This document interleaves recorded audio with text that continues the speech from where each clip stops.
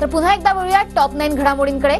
जळगाव शहरात आज पाणी पुरवठा बंद आहे। वाघूर पंपिंग आणि उमाळा जलशुद्धीकरण केंद्रात दुरुस्तीच्या कामांमुळे पाणी पुरवठा बंद ठेवण्यात येणार आहे। रायगड जिल्ह्याला आज ऑरेंज अलर्ट। पूर ओसरल्यानंतर 1,500 लोकांचं स्थलांतर, तर 50 पेक्षा अधिक गावांचा वीज पुरवठा खंडित। नाशिकमधील 6 धरणं अद्यापही तहानलेलीच। गंगापूर धरण समूह 40%वर, तर 5 धरणांमध्ये 0% पाणीसाठा।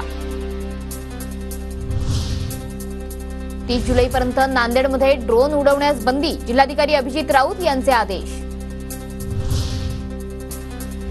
गोंदियात अजित पवार गटाचा कार्यकर्ता मेळावा। विधानसभा निवडणूक आणि पक्ष संघटनेसाठी मेळाव्याचं आयोजन।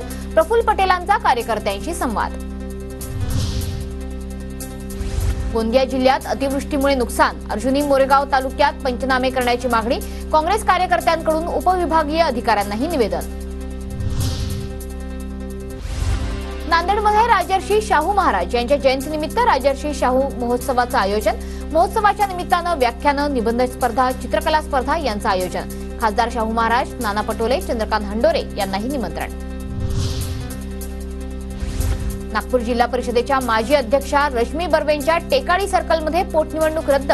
नव्या उमेदवाराला 6 महिन्यांपेक्षा कमी कार्यकाळ मिळणार असल्यानं ही पोटनिवडणूक रद्द झाली।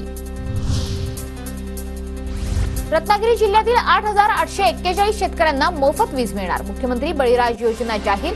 जिल्ह्यातल्या 7.5 HP पर्यंतच्या कृषी पंप धारकांना याचा लाभ मिळणार।